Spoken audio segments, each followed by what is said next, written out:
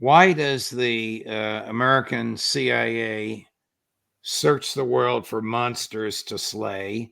Why did it dislodge the popularly elected Pakistani Prime Minister Imran Khan 2 years ago and incarcerate him on a phony charge?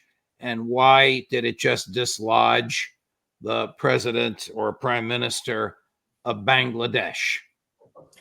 Well, let me clarify one point. In both the case of Pakistan and Bangladesh, I don't know what the CIA role was per se, but it was a U.S. government role, almost surely in Pakistan, and quite possibly in Bangladesh. So Okay. the face of this is actually the State Department in this case, the Assistant Secretary of State for South and Central Asia, Donald Liu, who is playing, it seems, in the region of South Asia, the role that Victoria Nuland used to play in regime change operations in Eastern Europe, Ukraine. And what that means is that there is a general pattern where the CIA is typically the lead, but not necessarily the lead, where the US government decides it doesn't like another government, so it will bring it down. Now, the US is just about the only country in the world that does this, but the US does it with such unbelievable frequency that it is essentially our modus operandi of foreign policy. Instead of diplomacy, instead of trying to find a means of coexistence, the US pursues what we call regime change. And it does this around the world, with the CIA playing a very frequent role, but other institutions as well. It can be State Department, it can be the Defense Department, it can be the National Endowment for Democracy, which is a so-called NGO fully funded by the US government.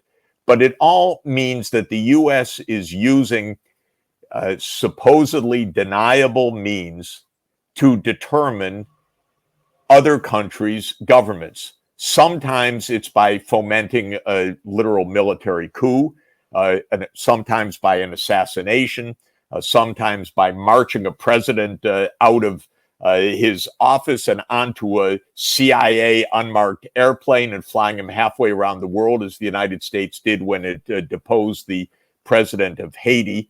In the case of Pakistan that I have written about, Imran Khan, the prime minister, was trying to maintain relations with Russia and China and the United States and saying, we don't want to take sides.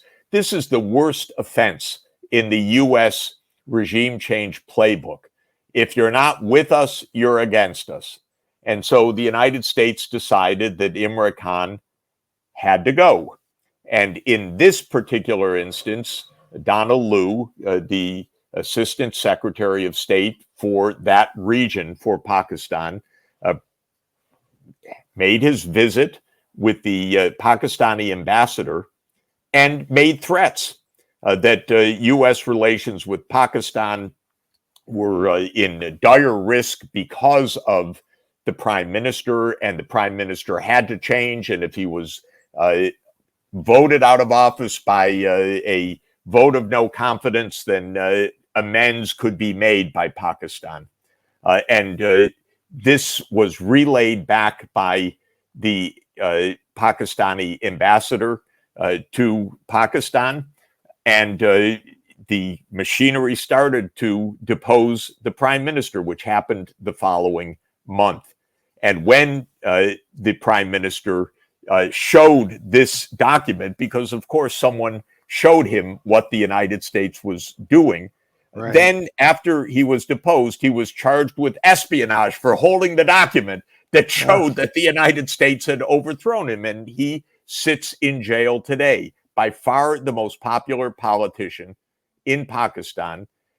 Even after he was thrown in jail and his party was outlawed, his supporters won an overwhelming victory at the ballot box. And then The military had to fake the vote count, and the United States said, yes, great results. And so they kept him out of power that way. Now, when it comes to Bangladesh, which is another South Asian country, the government that was thrown out in protests by students recently, no doubt had fomented reasons for protest, but the United States often stokes such protests and takes advantage of them. There's even a name for this phenomenon called color revolutions. It's real. I've seen a lot of it. This is too what close. they called this is what Victoria Nuland called the revolution in 2014. That's right, the revolution of dignity.